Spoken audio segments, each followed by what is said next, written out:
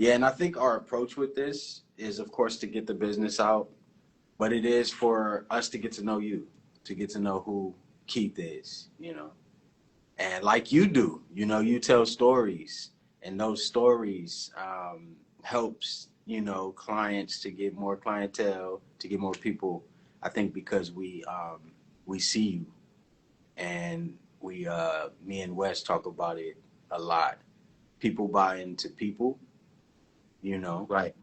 and so I think our last conversation was super deep. It was super necessary, and I related to a lot of the things that you were saying too. You know, and so your business is called One Tiny Problem. Can you tell us about that name? Can you tell us, what was the inspiration behind it? How did you come up with that? So I might have mentioned this in the last call, but a recovering perfectionist. I almost slipped out and said I'm a perfectionist. I'm a recovering perfectionist, and at the time, this was around 2009 when the idea of going out on my own and starting a business came up. It's like, what do I specialize in? I specialize in like attention to detail and problem solving. And I kind of figured like, or it just kind of came to me like, there's always this one thing that I would want to do better, right? Like as a perfectionist, like even when something ships, I'm like, oh man, I wish I could have just tweaked that one little thing. And so I wanted to embed that in the name. And now it's more of it's like it's a way of connecting to how I approach video storytelling in general, which is video storytelling is as Don from the Business Acceleration Group would mention, it's a tool, right? It's not the thing in itself. Yeah, So what do we use tools for? We use tools to solve problems, right? To build things, and presumably those things will help us to solve problems. And you kind of alluded to this earlier in the call today, and I wanted to jump right on that. Like, um,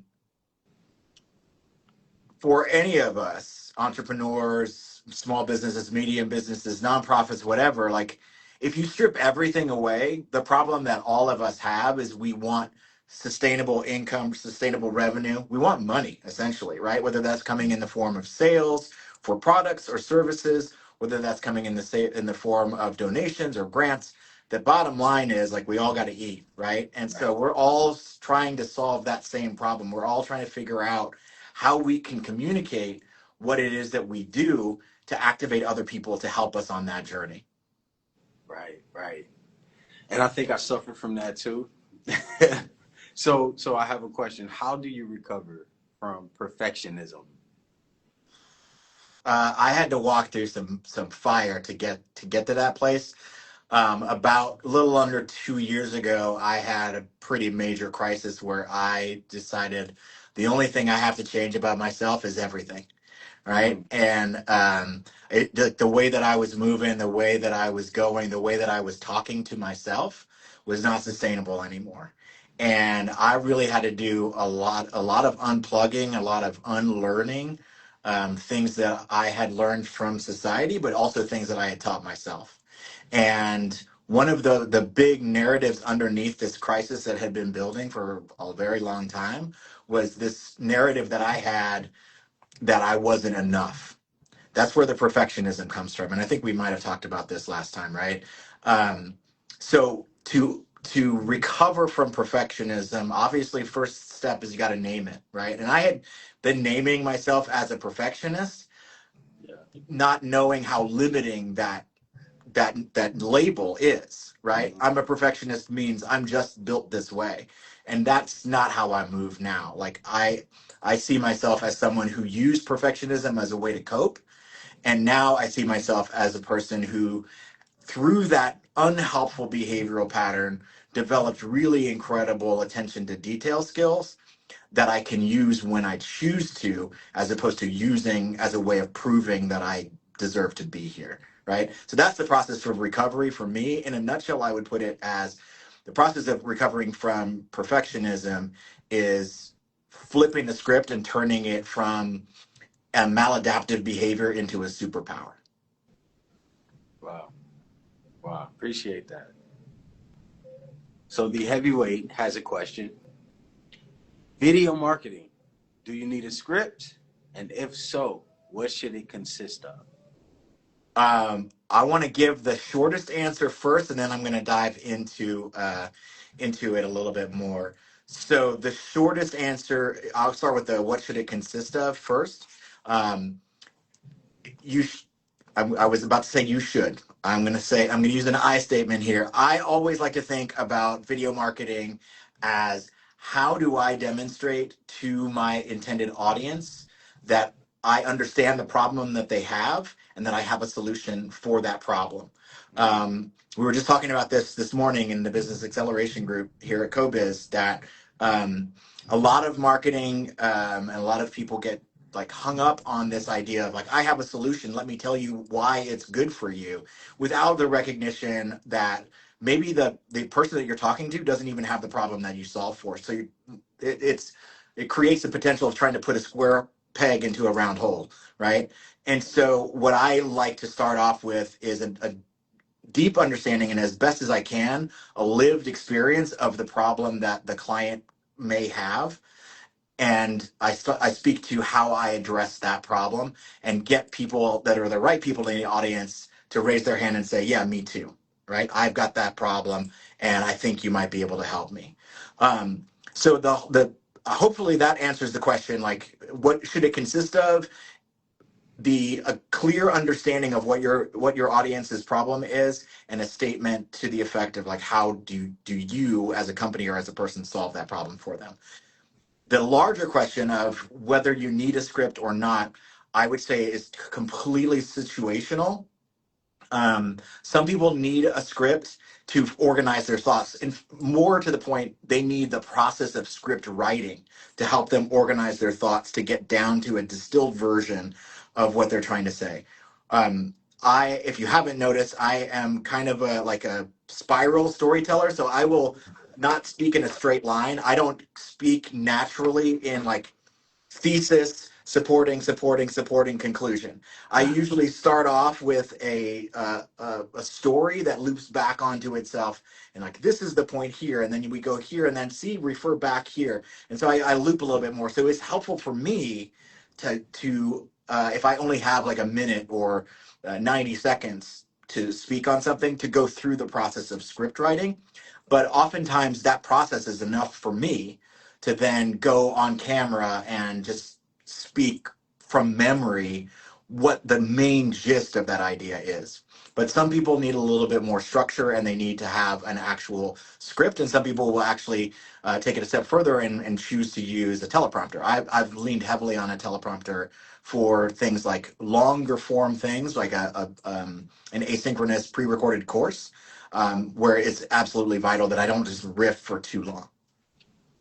Got it. So the heavyweight said, so pain point, then solution. Yes. Yes. That's for me, that's the bare minimum. So with One Tiny Problem, when did you first realize, oh, we got something here? And we're talking about addressing the problems. Like, what problem do One Tiny Problem solve?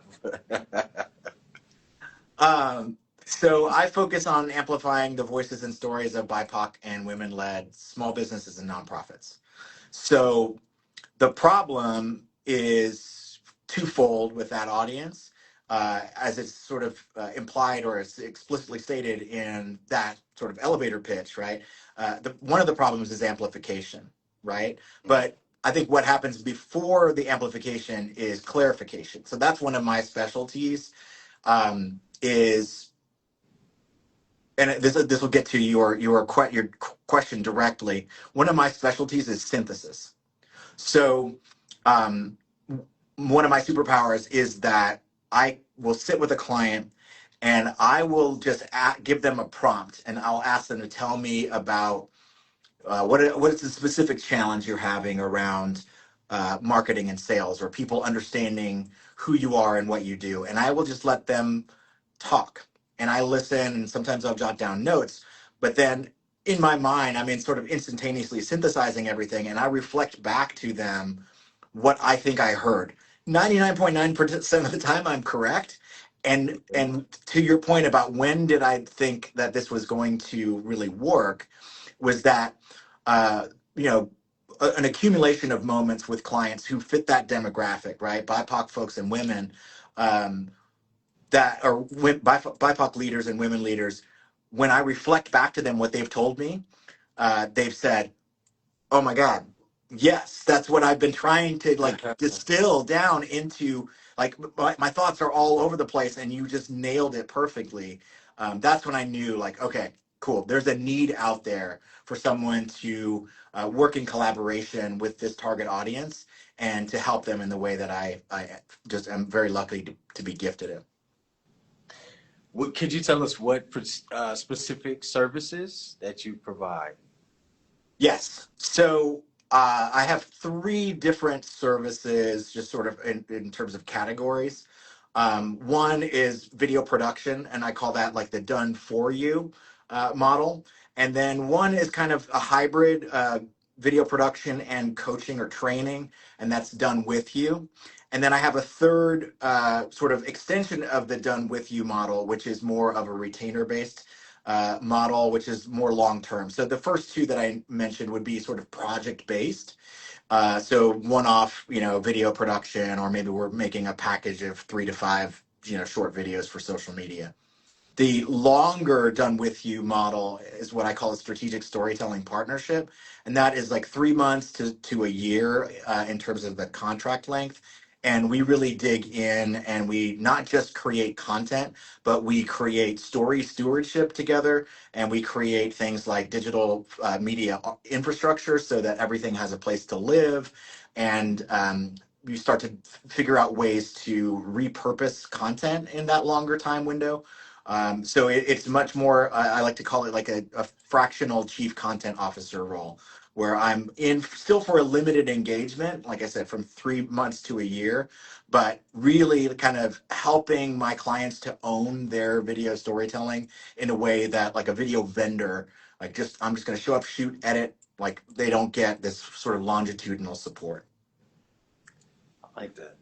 Okay, so if someone's watching, right? Mm-hmm. And they're like, I have no budget. What advice would you give them?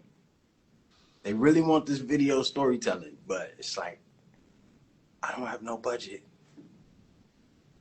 Then if you remember the equation time equals money, you're going to pay somehow or another, right? So if you don't have any financial budget, you got to figure out what sort of time budget you have to spend on getting your content together. So that means that you utilize whatever tools you have at your disposal.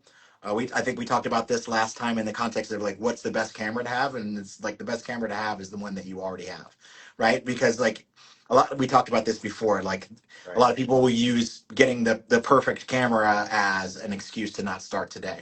So if you have zero financial budget, you need to figure out an appropriate number of hours that you can devote every week, day, whatever, however you want to slice it up, and put in the work and sort of build some sweat equity into your content machine.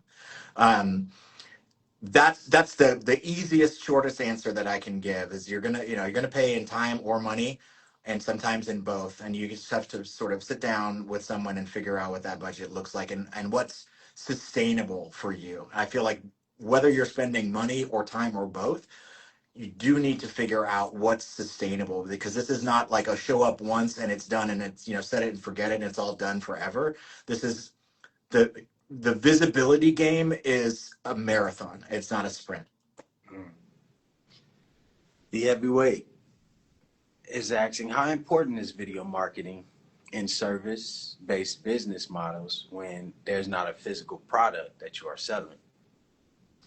I think it's even more important than if you are selling widgets, selling product, because a product is something that people can sample. You can give away a free sample and people can try it, and it either works for them or it doesn't. Whereas a service, depending on what type of service you're providing, um, it's built even more so on trust. You mentioned this at the top, Andre, like people want to invest in a person, right? They don't, especially if you don't have a product to sell.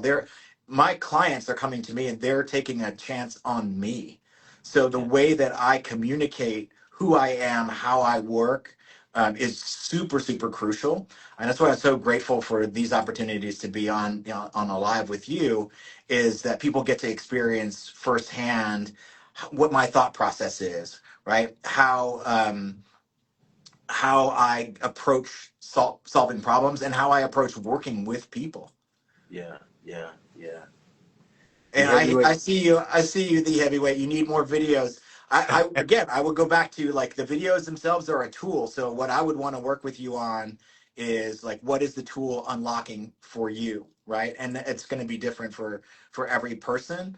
At the end of the day, as I mentioned, if we distill it all down, we like I would assume that your problem is you want to make more money, or you need to, you're thinking about expansion, whatever it is. You got a new product or service. All of it boils down to like, how do we turn this idea into money, right?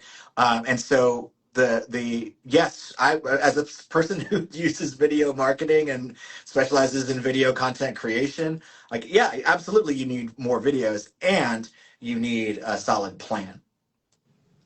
And the heavyweight also says, how many videos would be considered like a sweet spot? Hmm. I will just go for like what I'm doing right now. I'll just share what I'm doing right now. Um, and this is specifically for LinkedIn. I'm posting on LinkedIn exclusively right now as I'm testing out and validating certain, service offerings. Um, I do one 3 to 5 minute video per week, on a specific topic, 3 weeks out of the month, and then the fourth week is a replay where. So I'll give you my exact formula, because I mean I just came up with this and it seems to be working and it's sustainable. I mentioned that before, right? So what's sustainable for me is I sit down and I shoot 3 to 5 minute videos in one sitting, right? I just knock it all out and I publish week 1, week 2, week 3. That video goes out on Monday. It's auto scheduled or scheduled to go out on Monday at a specific time. And then I have just text only posts that drop on Wednesday and Friday, supporting that original Monday video. Then on week 4, it's a rerun week, so I just play Monday, Wednesday, Friday, the 3 videos just back to back to back. Right? That's like my just baseline how I'm showing up on LinkedIn. So 3 videos per month, essentially. And then I supplement that when I have things like this coming up that I want to draw attention to, or other things that are maybe a little bit more emergent. I might create something on the fly to go along with that. But I try to have like 3 posts per week, just as a general baseline, just on LinkedIn. Okay. Okay. All right. So let's say this. Let's say, all right, I have my phone. I'm creating videos. I'm doing it. What's one thing that I can do to improve my content? I would say do your analytics as much as you can. So depending on what platform you're on, you'll have access to a different level, or yeah, different levels of data that the platform gives you up in the form of analytics. So the old rule is in play here, right? Just do what you can for right now, and then let the data guide you on like what you should do more of and what you should do less of. I like So that. over the course of the last 6 months, I've been able to use those analytics and say, and really guide the types of content that I'm creating for this next quarter, for Q3 and beyond, based on the data that I was gathering from Qs 1 and 2, quarters 1 and 2. Mm. So looking at specifically like which posts, which videos got the most engagement, um, and then just also going anecdotally, and I also keep spreadsheets of this stuff too, like what specifically are people saying about the content, what questions are they asking in the comments, what specific words or phrases are resonating with people the most, and that gives me fuel then to start, okay, that hit, like let's explore that topic a little bit more deeply in another video.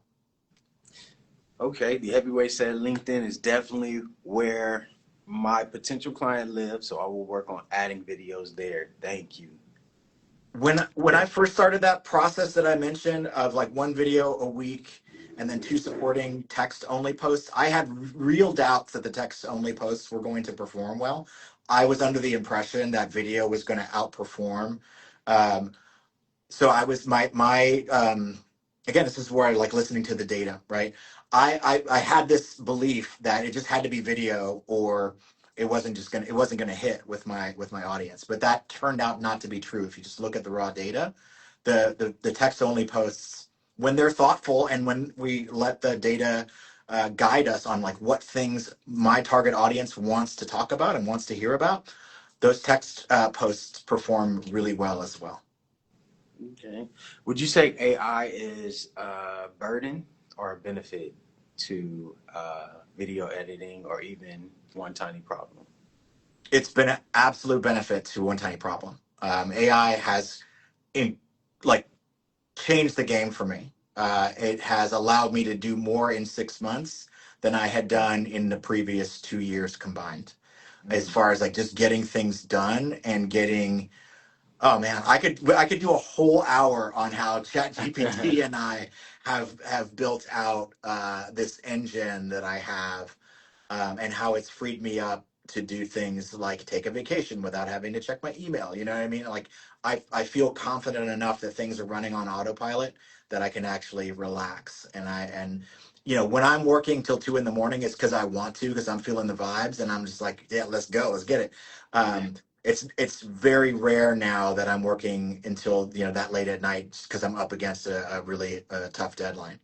Um, I have a very fraught relationship with AI, and I was kind of dragged to it, even though I'm a big old nerd and I've been using computers since the '80s. Like, it really, it is very scary and it's very problematic in terms of a lot of the unanswered questions around like where we're going with AI, and how it's going to reshape society as we know it. And at the same time, it is an incredibly powerful tool that I have used to my benefit, most definitely. Okay, okay. Um, I remember we talked last time, right? And I asked you, I said, are you a creative? Do you consider yourself a creative? Yeah. Um, do you consider your business a creative business? Yes. And I thought about that, like how I paused and hesitated about calling myself a creative. And I was like, where is that coming from? And I think it comes from a place where, like, I think as human beings, we're just all creative. So I don't think of it as being, I don't think, like, people would say, oh, I'm a creative as though that's something special. But even people that are not like creating video content or writing stuff, we're just, our brains are meaning making machines and we are problem solving primates, right? That's just what's how we function. Maybe I should put that creativity on a higher pedestal. I just don't. But yes, at the end of the day, my company is about solving problems, and problem solving is in its very nature creative. I love that. How is it kind of running a creative type business in the Bay Area? This ties into the previous question around AI, right? Like we're so close to where all that innovation is happening, in the Bay Area. It's hard not to be in contact and in conversation with people who are on the cutting edge of technology, not just AI, but like all manner of technology. And so, from that standpoint, I think being a creative agency in the Bay Area, I don't know that I would want to be anywhere else, right? The kinds of conversations that I have with founders and the opportunities I have to like share stories with entrepreneurs who are in the tech space is pretty much, I mean, it's unmatched as far as I know. I mean, I know there are other tech like hotbeds with throughout the country and throughout the world, but the Bay Area just has kind of an interesting flavor. I'm originally from the Bay. Originally from Oakland, so like the Bay and the East Bay in particular are I'm particularly fond of, and so I feel like whenever I'm creating something with people from the Bay, I feel like I'm giving back to the place that shaped me. If that makes any sense. Okay. So Keith, I did a little bit of research on you. All right, all right. What do we got just a, here? just a little bit of research on you, I'm and gonna I need to. I'm gonna found need to out. pull in my lawyer on this one. No. I found out that you were a teacher. You were a teacher at Bay Area Video Coalition. What is that? Yeah. So Bay Area Video Coalition, or BAVAC as it's known affectionately, they recently, not that recently, but recently changed their name to BAVAC Media, BAVC Media. You can find them on all the platforms. It's a really interesting organization, and it has a mission that is very near and dear to my heart. Um, and I had a lot of really good times in that organization.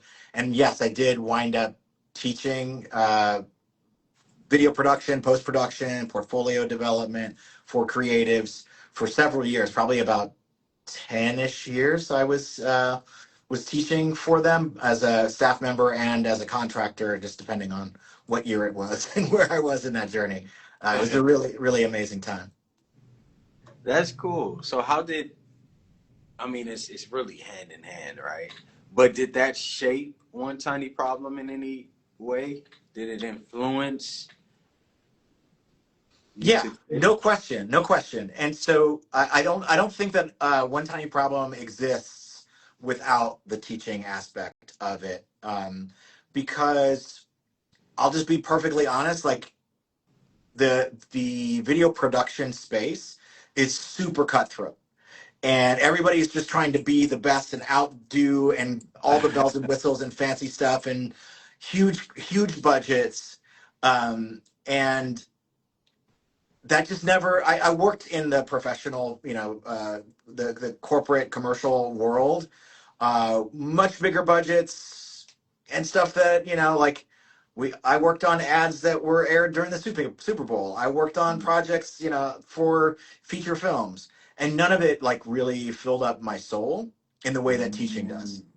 And Wow. so when I left, or I was in the process of leaving Bayback, I was thinking about my target audience and thinking about the fact that most of the people, the black and brown folks that I want to work with, are historically under resourced and therefore don't have access to the bigger budgets. Or if they do, the people that are the service providers in that space, from anecdotal evidence, are like they are coming in and trying to take over the story, or they are just selling people a bill of goods. They'll create something that's beautiful and does nothing, and then they bounce.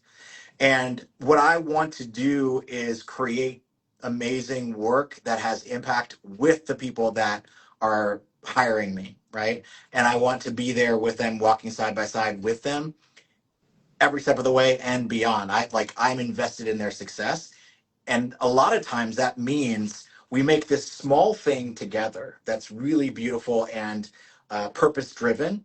And during the process, I use that educator hat to teach them how to do the sort of day to day, like this weekly, monthly LinkedIn content without someone like me, so that they're empowered to really own their own narrative, and not have to be dependent on a vendor. I've seen this a lot, especially in the nonprofit space, where there's a vendor that comes in and creates content, and then that person they can no longer afford that person. So that effort is just sort of frozen in time, and then like as seasons drift, no one even knows where any of that stuff is anymore. And so I wanted to like help small businesses and nonprofits to embed that knowledge within their company's DNA, so that they have an engine to keep the storytelling within the organization. I love that. I love that. I want to I'm gonna meet with you because I want to see how we can story tell my nonprofit. you know, I'm here for it. Absolutely. we, what is some mistakes? What is some mistakes that we might make creating videos or approaching, the video production for our businesses? Uh, Biggest mistake I think of is not being clear about who your target audience is. I'm going to hammer this one all day, right? Audience, the people that you're speaking to are the most important thing that should be in your mind throughout the entire storytelling process. Um, and the biggest mistake that I have made in the past is assuming that I know what those people want instead of listening first and responding, right? So that part of it, I kind of had to learn the hard way. And now that I am in dialogue with the people that I most want to support, it's so much easier to have those conversations, whether they're in person or on camera. I know exactly who I'm speaking to, and I'm responding, even though it's on, a pre-recorded video, I'm responding to the very real problems that they've expressed to me, right? Mm-hmm. So I'm constantly listening, even if I'm not having a sales conversation, right? I'm just out in the community talking to small business owners and nonprofit workers and leaders. I'm gathering intel. I'm, gathering information from the field and figuring out in real time, like, okay, these are the pain points. Again, going back to the heavyweights question about like what matters, and right? How do we structure it? Pain points first. I get you. I hear your pain points, and this is how I'm thinking about it, and this is how I'm addressing it. I love this question, Heavyweight. If you are not an influencer, is it important to edit or leave it uncut? The Heavyweight, you asked the most wonderful and nuanced questions, and I don't have. Well, I'll give the very quick answer first. I'm trying to be better about that. So,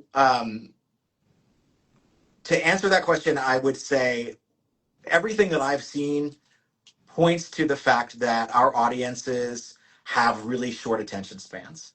So that um, is evidence in support of the need to edit, right? Especially if you're a long-winded speaker, like I'm sure you're getting to know that I am. You know, if I leave all of my thoughts uncut, I might bore people. They might check out before I've really landed my punch. Which is why I was saying earlier, like I'm trying to like give the short version first and then expand on it, right? I want to at least give people like, here's the short answer before they tune out and start doing other things, right?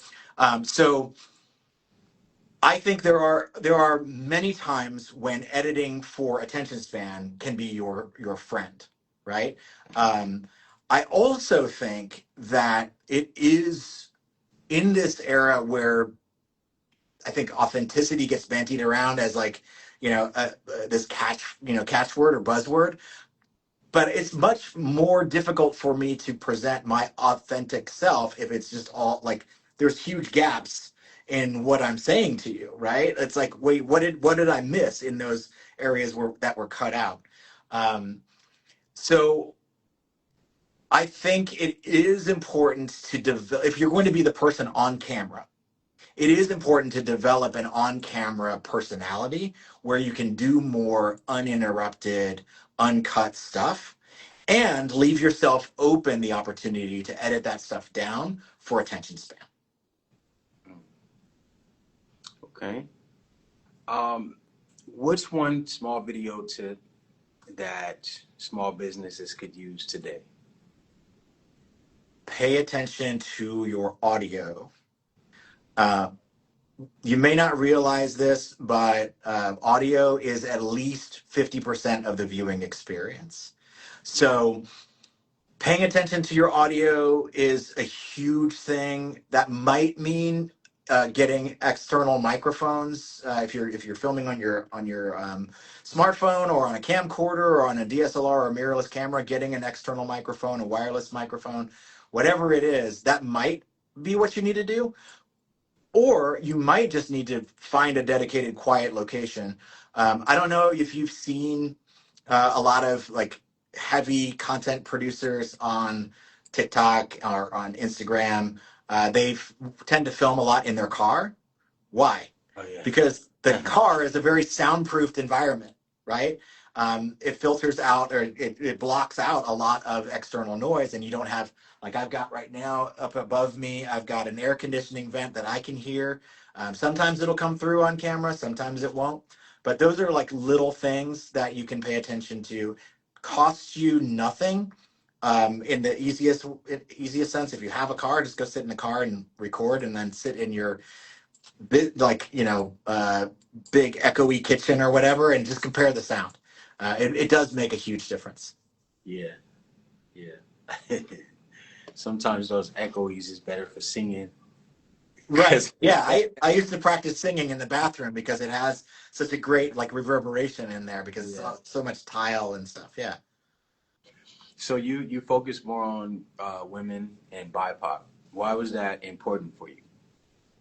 Um, I've had the experience of being the only brown person in the room in creative meetings.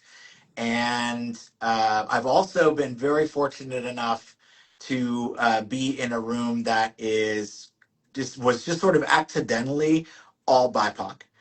And I was teaching a video production workshop. I have a video production intensive that I teach. I think I plugged this last time, but in 2 weekends we plan, shoot, and edit a micro documentary.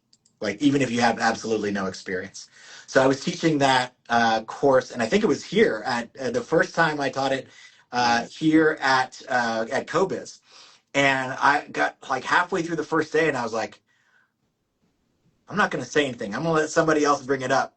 But in that space, the stories that came out of the ideation were noticeably different. The story ideas were noticeably different, because the Black and brown folks that had assembled around this course just sort of intuitively, or just the energy felt a little bit different. And so we actually were able to go a little bit more deeply into a subject that we probably wouldn't have even come up with if it had been more of a heterogeneous group. So those two experiences were pretty formative. My mom was an entrepreneur. And I don't know if I really understood this at a conscious level, but it was mostly because she had to be in her field, which is architecture. She could see, this was back in the 70s, maybe early 80s. She could see that the glass ceiling was fast approaching, and she wasn't going to be able to advance past a certain level as a woman in the architecture field at that time, right? And so she, instead of being like, well, I guess I'm just stuck here, she went out and did her own thing. And that was truly inspiring to me. And I've had a lot of experiences within a nonprofit space where I felt like the nonprofit and its orientation towards satisfying the funders was not always oriented towards serving the Black and brown people that they were meant to serve through the project proposal stage.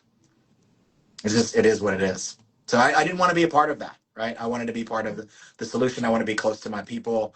And I wanted to help some of these amazing folks that are doing amazing work while being under-resourced. I wanted to be an ally and an advocate and a co-conspirator. I love that. And I salute your mom too. I do too. When you think about those times, right? It wasn't like today. So it wasn't as easy. I'm not going to say easy. I'm not going to say easy, but it wasn't as accessible as far as like creating businesses, like basically having the internet as the resource, or, where we are now and where we were is totally different. So I applaud her for that. So do you offer consultations, and how could we book one? Yeah, absolutely. So I plugged this last time, but CoBiz and the City of Richmond have an amazing program called Wraparound Services for Entrepreneurs. I have office hours that people who are part of that program can book for absolutely no cost to them. The City of Richmond is picking up that tab. So I encourage people to apply for that program if they live or do business with or have a business in the City of Richmond. just sign up for that. If you're not able to access that program, I do also have office hours that you can book through skills.onetinyproblem.com, which is my learning site. But I also do, discovery calls with folks just to establish where they're at and to establish whether or not I can help them, and also to provide some cheap or free resources that might help them until they're kind of in a position where it makes sense for us. Excuse me, it makes sense for us to do business together. Um, and you can just email me, keith@onetinyproblem.com, if you're interested in that, or hit me on a DM here. That would be great. There was something else I was going to say. Oh, yes, I do. I'm in like a closed beta right now for Story Clarity Diagnostic that I've built.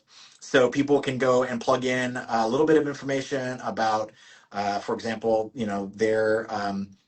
their target audience, a little bit about their offer, a little bit about the story that they're telling about their offer, and get back a summary of kind of where they sit and where maybe their most urgent area of focus should be, as far as like tightening up or getting clarity around that particular type of storytelling. And then again, pointing to cheaper free resources. I have a couple of PDFs, downloadable PDFs that can be very helpful in that. As soon as that comes out of beta and goes live to the public, I will make sure to let y'all at CoBiz know about it so that people can take advantage of that. That right there is amazing. Like I was about to say, where is it? Where is it? I need that. It's um, coming out. It's coming out in early Q3. So I'm just in the process of closing out my Q2, making sure that I hit um, all of my targets for Q2. But very quickly into July, I will be working on getting that out and functioning. So again, if you're interested in that, best way to get on the list for the open version would just be to drop me a DM or an email. Perfect, perfect. And thank you for plugging the wraparound services, which are still offered, still available, where you get resources to all kind of experts. Keith being one of them. Tita is one of them, and Yeah, Tita actually dropped a question. I love that. Yeah, I saw that. So the question is, what's your favorite free editing tool to use? And then what's your favorite paid tool for the non-video editors? So I'm going to cheat a little bit because the answer to both of those is the same. Oh, Um, so I was thinking about this the other night, and the thing I came back to, first I want to thank Tita for that question, because it's a different version, it's a different question than when I usually get, which is very hard to answer, which is like, best free platform? There's so many different ways I could answer that question, but the way that the question was phrased, like, which free app do I like to use and which paid app for non-editors do I like to use? I love the way that is a very focused question.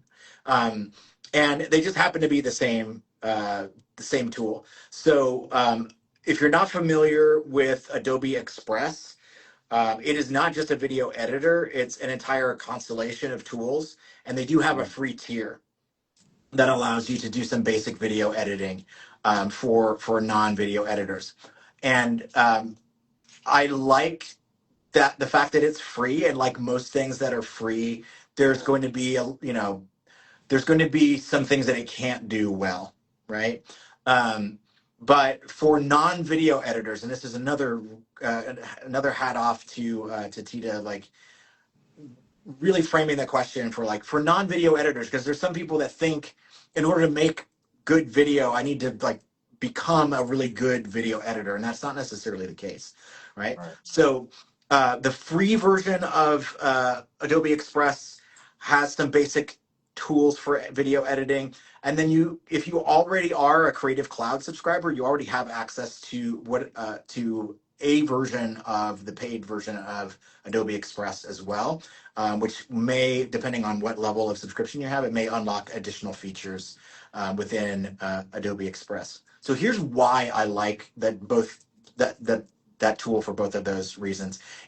Again, going back to the non-video editor piece of it, it's drag and drop simple. It's template based. There's a lot of animations that are already pre-made and very easy for you to adjust to your heart's content.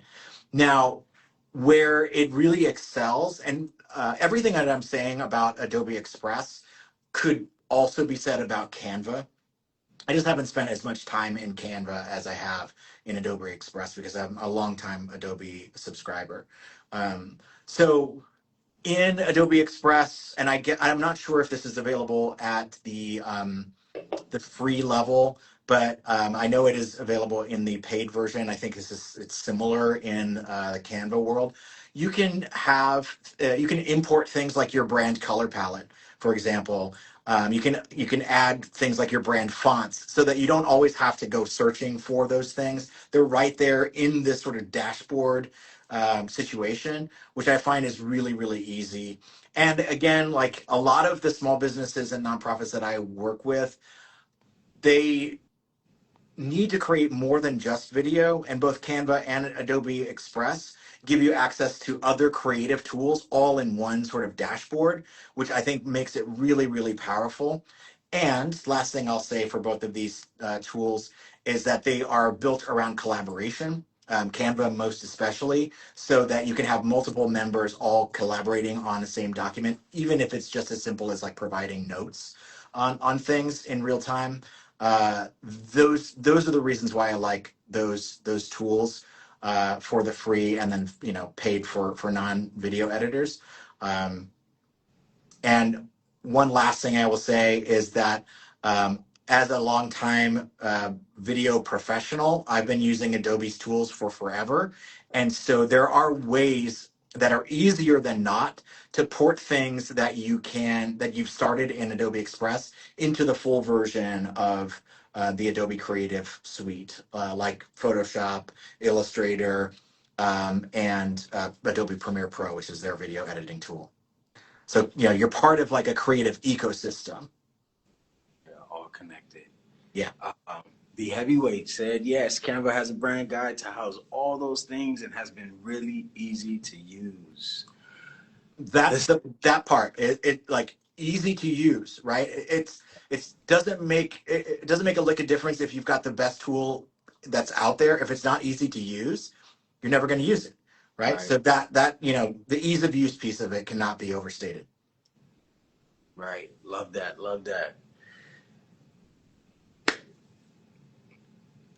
Listen, Keith, thank you again for this conversation. Thank you for providing us with this knowledge. Thank you for being a resource, to the community, and then taking this platform to be a resource beyond, the community, and just helping us out to understand how to market through video, how to get the word out, how to tell stories, how to make sure we target in one audience. Really appreciate you. And as he's mentioned earlier, wraparound services are available where you can have access to Keith. You can book time with Keith. You can come to CoBiz and book a room. You can book a meeting or an event. You get monthly hours. There's so many resources here right in our own backyards, and we just want to step on this platform and just show you a piece of the resources that you do have.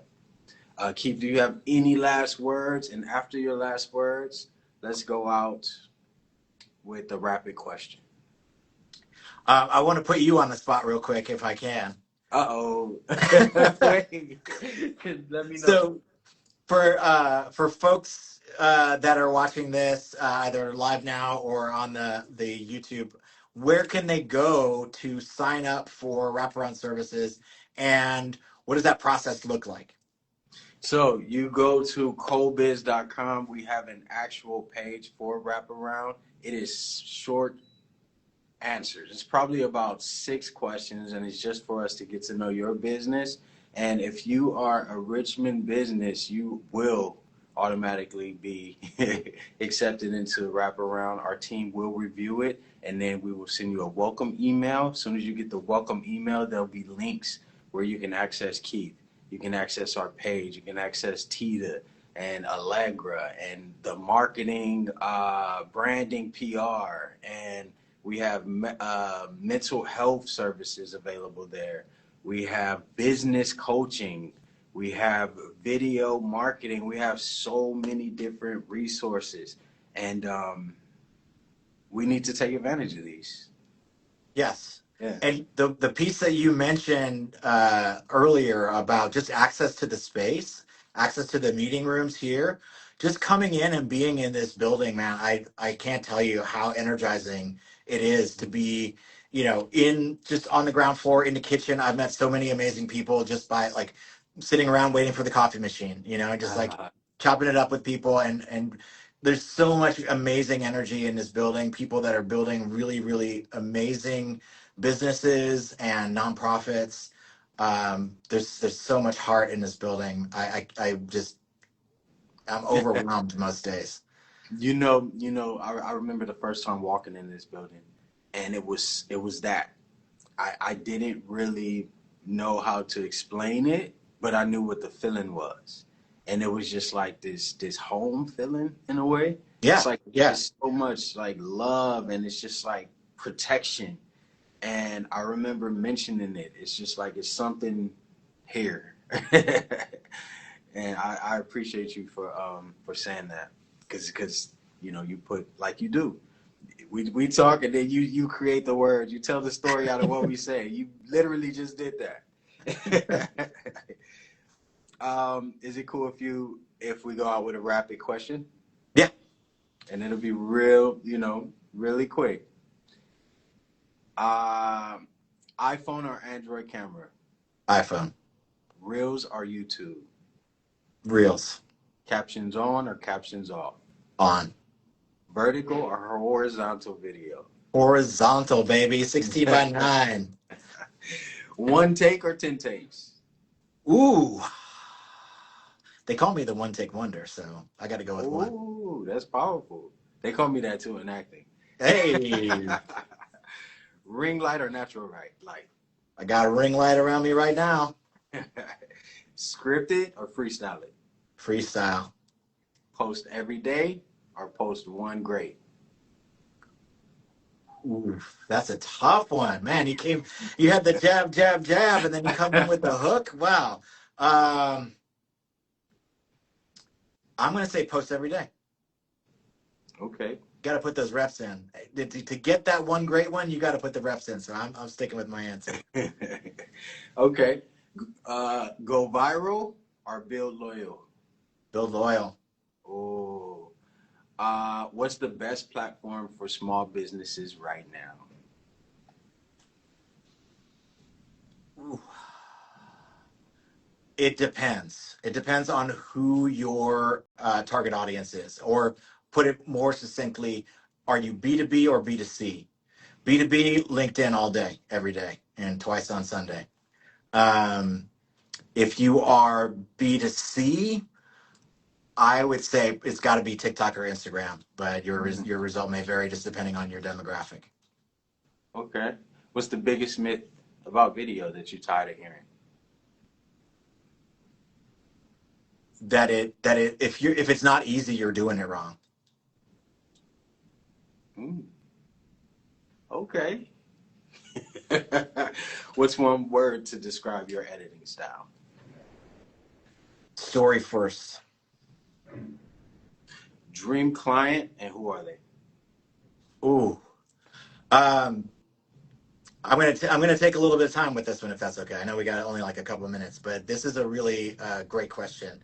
So dream client, I would call them a co-conspirator. And I know I dropped that name casually, but my dream client is trying to really radically shake up the game and understands that they don't have it all figured out and they don't have to, that they just need other like-minded people to walk alongside, to bounce ideas off of, that we're all in this, like we're growing together and we all are invested in each other winning. That's my dream client right there. If they are about changing the game, amplifying the voices and stories of our people, and they are like that's where their eyes are, like that's the prize that they're going for.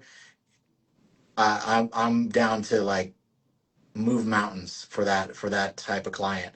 And because I know that they're going to be loyal to me, they're going to like have my best interest in heart. Um, yeah, I love that question because like that's who I'm looking for. The moment I find that person, I can retire because we're just going to lock in and we're going to make things happen, and That'll be your team. people are going to flock in, man. They're going to want to get the magic that we create. You know how we all search for teams. That'll be your team, and then it Yeah, just man. it rockets up. Okay, coffee before shoot or after? Before. Before and during, right? Depending on the day, yeah. Keith, again, thank you so much. Really appreciate what you do. This was super fun, man. I really appreciate it. I really like the rapid fire at the end. I wasn't expecting that one. So Maybe we'll do an intro rapid fire, and then we'll do questions, and then the outro. We'll split it up next time. all right.